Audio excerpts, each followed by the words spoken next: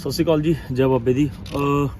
इस टाइम कोई 11 बजने वाले है और अज 2 तरीक है। अज असी पुजे PGI चंडीगढ़। एक अपना भरा है बेचारा 22 साल का मुंडा है और इकलौता मुंडा है, अपनी भैन है, इन्हों का मुंडा है। नवा घर तो निकलिया सी काम करन, बद्दी पुज्जा था।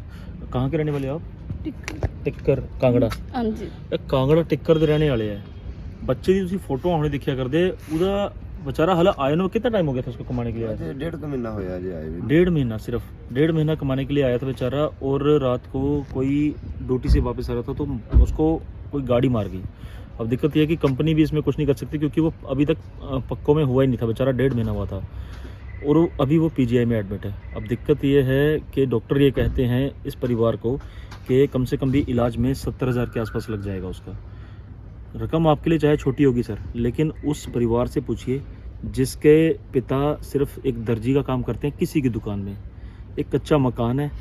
और इन्होंने ये भी पूछा डॉक्टर से कि अगर कोई कार्ड चल जाए, योजना चल जाए, डॉक्टर ने उसमें भी ये कह दिया कि इतने के लिए नहीं चलेगी जी, वो तो 1,00,000 1.5 लाख से ऊपर कोई काम होगा तो उसमें चलेगी। मतलब कुछ ना कुछ होच पोच करके आम आदमी को भगा दिया वहाँ से। अब ये है कि लड़का एडमिट है और उन्होंने सुबह से आज भूखा रखा हुआ है इस चक्कर में कि आज रात को उसका ऑपरेशन करना है। लेकिन मुझे मालूम है कल सुबह से पहले उसका ऑपरेशन होगा नहीं।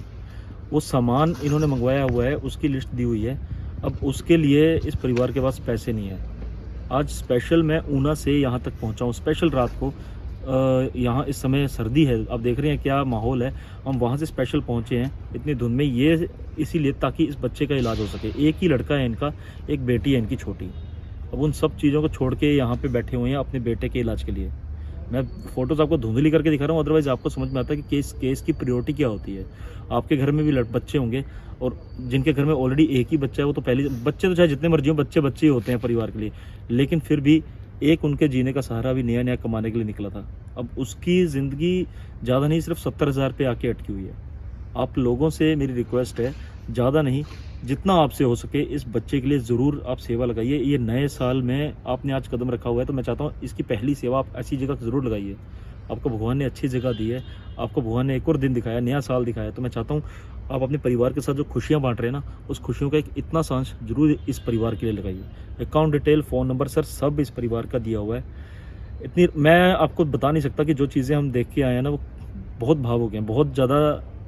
उस बच्चे की कंडीशन ख़राब है, बस आपके ऊपर डिपेंड है कि आप कैसे, आपके द्वारा ही सर ठीक हो सकती हैं।